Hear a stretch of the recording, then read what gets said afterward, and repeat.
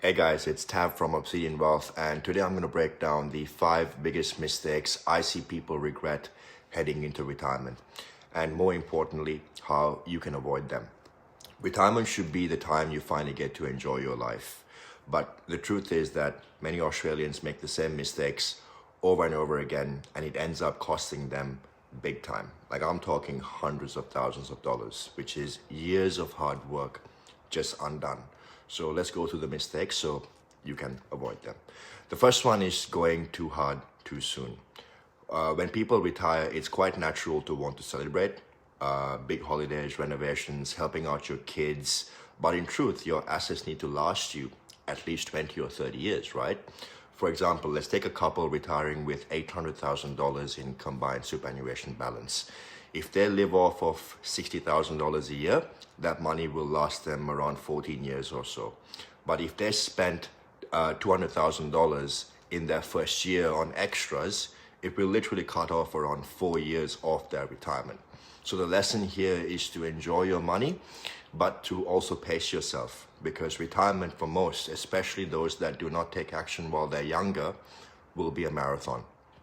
On the flip side, some people wait too long. So the second mistake is leaving it too late to achieve your goals. I see people putting off their travel, hobbies, bucket list items, and other dreams, and by the time they're ready, health gets in the way. And that's so sad to see. I've seen clients delay for years only to find out later that they just physically cannot do what they once dreamed of doing.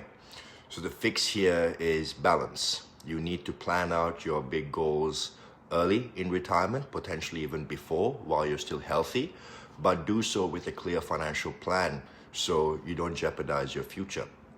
Mistake number 3 is carrying too much debt into retirement. Right now, more Australians than ever are retiring with mortgages, car loans, credit cards, and every repayment drags down the lifestyle you worked hard for. So if you're still working, I'd encourage you to focus on clearing that debt before you retire.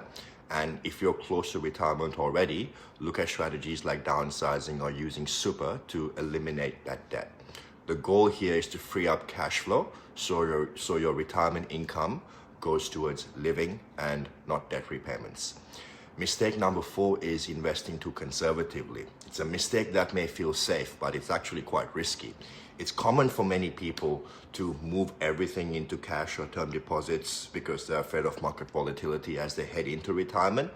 But Australians are living well into their 80s and 90s now, and that money needs to grow during that time. So if you retire with $600,000 and you're only earning 3% per year, that will only last you around 12 years. And if you live longer, obviously you're going to run out. So the fix here is having a portfolio that balances growth and defensive assets, so your money works as hard as you did, or potentially even harder. And finally, the last mistake is ignoring estate planning. Less than half of Australians have a valid will, and even fewer keep it updated. Without it, your wealth can end up in disputes or go places you never intended. So estate planning is important and isn't only about a will as well. It's about your superannuation nominations, powers of attorney, asset structures, and even prepaid arrangements to reduce stress on your family. So yeah, it's about protecting the people you love and also about the money.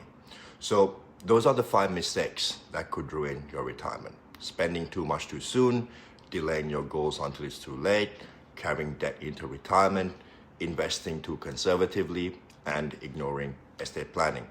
The good news though is that every one of these mistakes can be avoided with the right plan.